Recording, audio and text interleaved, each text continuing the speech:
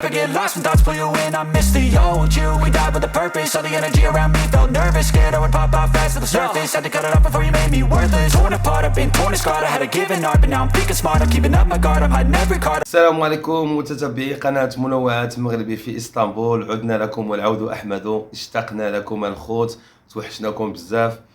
كنشكركم بزاف الناس اللي علقوا لي في المنتدى اللي كنت حطيت فيه بعض الصور اللي كتخلت الذكرى 47 للمسيرة الخضراء المظفرة الغالية على قلوبنا، والتعليقات ديالكم اللي كانت مزيانه وتفاعلت مع هاد اللحظه هذه.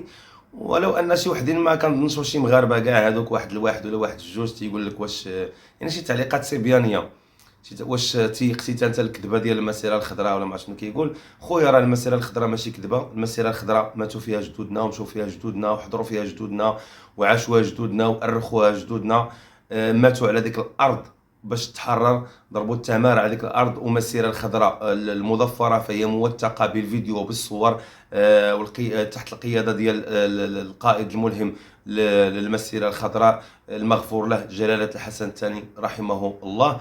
وبالمناسبه كان حفل بهيج جدا بحضور السيد القنصل العام المهدي الرامي ونائبه، وحضور شخصيات وفعاليات من سوريا، من العراق، من اليمن، الإخوة العرب اللي احتفلوا معنا بهذه الذكرى المجيدة. وكان استقبال كبير بالتمر والحليب لجميع الضيوف.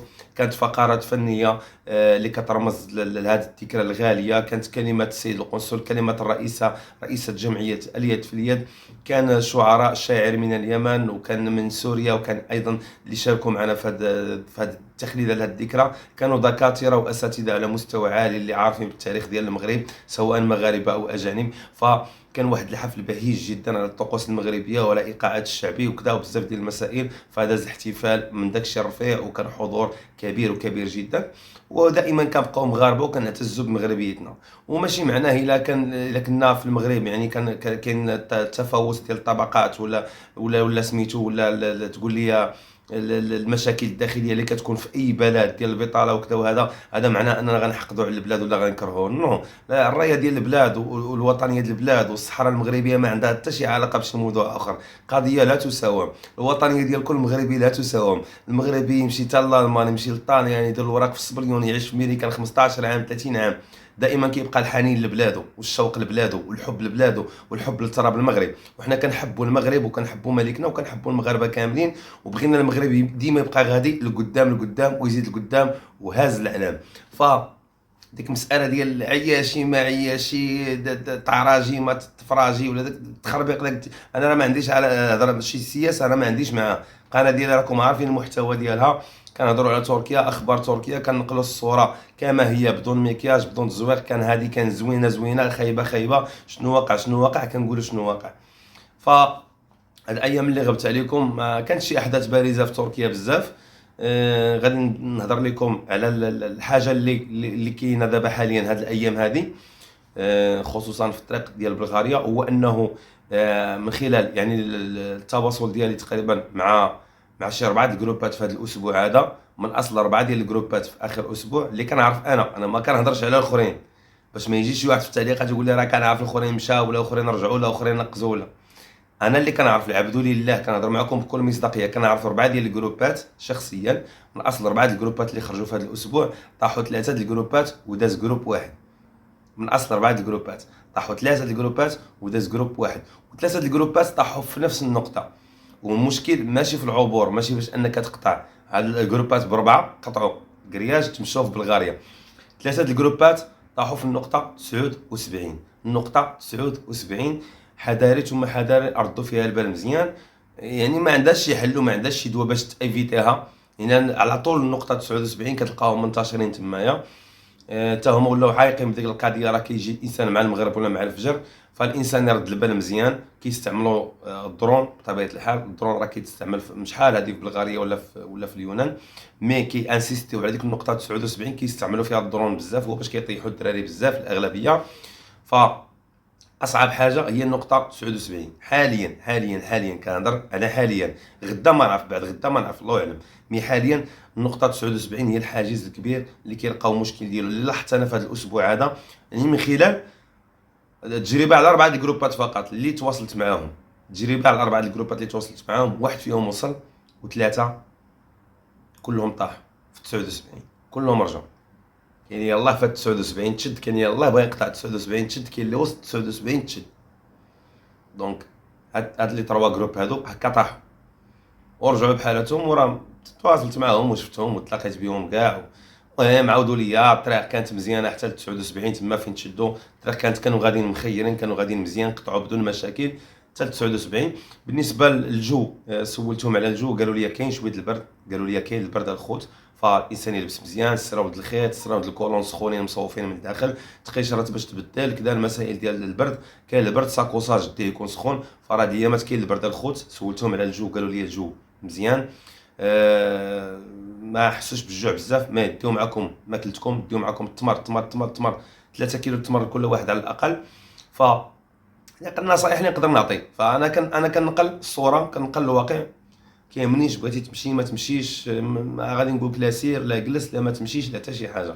انا كنهضر شنو واقع، يعني شنو طاري. نقلت لك الصوره رغم انني غبت عليكم الاسباب كما قلت لكم. كنا كنحضروا لهذا الحدث باش نشاركوا فيه، وبطبيعه الحال يعني كاي مغربي كيحب بلادو كيبغي بلادو، اكيد شرف لنا كبير اننا نشاركوا في حدث من هذا. كاين مغاربه احتفلوا بذكرى المسيره الخضراء في اسبانيا، في المانيا، في امريكا، في اوروبا، من قلب اسرائيل احتفلوا بالمسيره الخضراء، من قلب فلسطين، من قلب جميع دول العالم. فالمغرب هو بلد لرمز السلام، كيمد السلام لجميع العالم، اللي جا عندنا مرحبا به من جميع جنسيات العالم. حاليا كاين عندنا اسعد الشرعي في المغرب، اليمني هو ولا الثلاثي المصري ولا الرباعي المصري، مرحبا بهم، راهم في العيون حاليا وغيمشيو للداخل غدا، فمرحبا بهم في بلادهم. اي واحد كيف ما بغى يكون جزائري مصري تونسي كيما بغات تكون الجنسيه ديالو كيجي للمغرب مرحبا به. بلد السلم والتعايش والأمان والجود والكرم. وراكم شفتوا المغاربة كلهم بسطاء وكلهم طيبين وكلهم ما شاء الله تبارك الله عليهم. وهذه الصورة اللي كنحاولوا دائما نقلوا للعالم على المغاربة، يعني بالرغم من المشاكل الداخلية وبالرغم من راه ما كاينش شي دولة اللي خطاتها المشاكل الداخلية ديالها، ما كاينش. اعطيني شي دولة وضعها المادي مستقر، وضعها المستقر، ما كاينش. ولكن انسان كل واحد كيقلب على راسو. كاين اللي لقى راسو في المغرب، كاين اللي دبر على راسو في المغرب، خدم في المغرب، كاين اللي دار شركه في المغرب، كاين اللي قرا ونجح في المغرب، كاين اللي كون راسو في المغرب. كاين بزاف الناس تعطاتهم فرصه في المغرب، بزاف بزاف بزاف. كاين بزاف كيداروا التكوين، كاين اللي دار محل ديالو، كاين اللي تقاتلوا في التجاره، كل واحد وكيفاش تقاتلوا. وكاين اللي لقى راسو خارج المغرب، وكاين اللي كيحاول يلقى راسو خارج المغرب.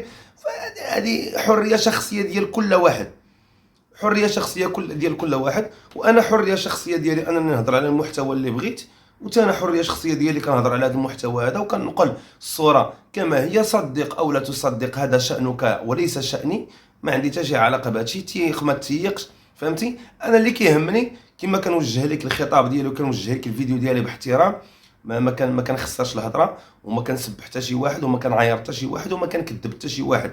دائما انا ما نقدرش نحكم على الغيب، كاع ما تحكمش انت على الغيب. حاجه ما عرفتيهاش عليا او ما سامعش عليا او ما عرفنيش او كذا، ما تقولش واحد الكلمه اللي ما شتيهاش. ما تشهدش الزور غير امام الله. هذه الاولى. الدوزيام، كاين عائلات كيتفرجوا في هذه القناه المحترمه وكنحترمهم بزاف. كاين عائلات امهات واباء وكنعرفهم وكنتواصل معهم عبر الواتساب، وكيشوفوا لي فيديو ديالي وكيشجعوني وكيقولوا لي ما تنتبهش التعليقات السلبيه الى اخره، وكيهضروا معايا في الخاص.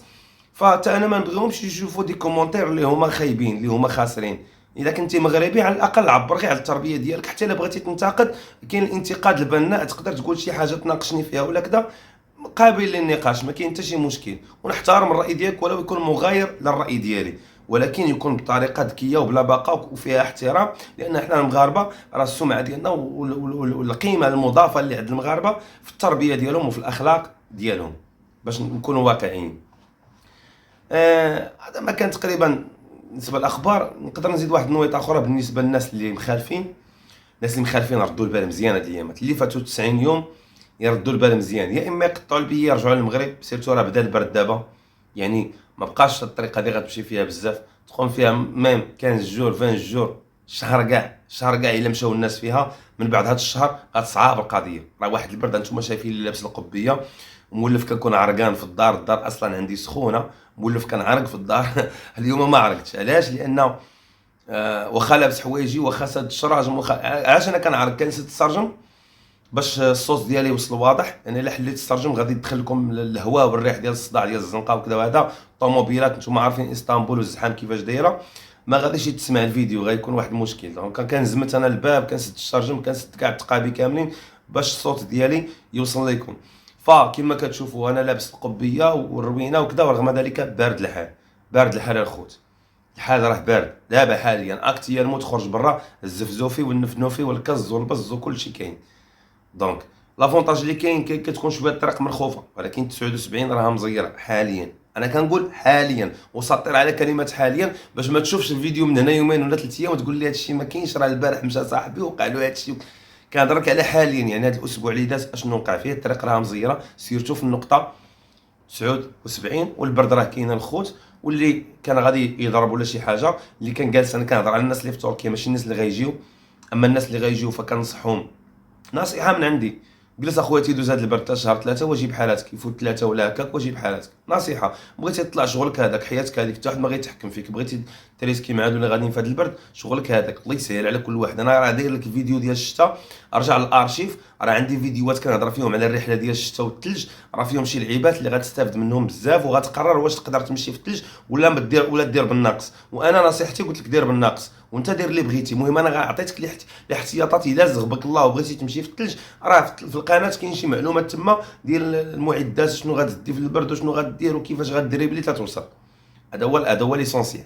مي انا كراي خاص او كنصيحه ما نتمنى حتى شي واحد يمشي في الثلج، وما نبغي حتى شي واحد يمشي في الثلج. دونك كما قلت لكم باقي واحد كان جوج حتى شهر كاع ماكسيموم شهر، وغادي يبدا واحد البرد اللي ما عمركم شفتوه. هذا البرد ديال اسطنبول قاصح الخوت. حاربوا البرد كما تحاربوا العدو. البرد صعيب الخوت، تبارك الله عليكم. كنشكركم بزاف، وصراحه على ذكر البرد ما توحشنا البيصار والناس ديال الشمال، والله ما كرهنا شي بيصار دابا بالزيت بلديه. تبارك الله عليكم. نتلاقاو فيديو قادم ان شاء الله، ونتمنى انني ما نطولش عليكم الغيبه مره اخرى. نتمنى تسمح لي الظروف باش انني نكون على تواصل دائم معكم ان شاء الله. ونتمنى تكونوا معايا في الايام المقبله، لان غادي ندير واحد التغطيه خاصه على المنتخب الوطني المغربي، بما ان قناه ديالنا متنوعه والمنتخب الوطني المغربي مشارك في كاس العالم. وخلينا من ديك الهضره ديال اللي مركاو عليهم البيت، الله يجعل يدربوهم الثاني والثالث. راك مغربي وبلاد كتلعب في لا كوب دي موند، دونك خاصك تشجعها، خاصك تكون مع بلادك. ودعمونا في هذا الفيديو. غنعطيكم شي واحد الطريقه زوينه في الحديث على المنتخب الوطني والحظوظ ديالو، المجموعات واللاعبين الحاضرين والغائبين، شنو هي التشكيله المناسبه من النظريه ديالي. وغنتعاونوا في التعليقات، وغنهضروا على لي جروب، وغنهضروا على الفراقي كاملين اللي مشاركين، وغنهضروا على الحظوظ المنتخب، الخطه اللي يقدر يلعب بها الركلاكي، حمد الله اللاعبين واش غيكونوا ما غيكونوش، الاصابات الى اخره. ونتمناو المنتخب الوطني المغربي يشرفنا في هذه البطوله هذه. كيف ما كان الحال، اي فريق او اي منتخب او اي شخص كيمثل المغرب او كيحمل الرايه ديال المغرب في اي محفل دولي، فاحنا كلنا كمغاربه غادي نبقاو معاه وكنساندوه. الى اللقاء. Never get lost when thoughts pull you in. I miss the old you. We died with a purpose. All the energy around me felt nervous, scared I would pop out fast to the surface. Had to cut it off before you made me worthless. Torn apart, I've been torn and scarred. I had a given art, but now I'm thinking smart. I'm keeping up my guard. I'm hiding every card.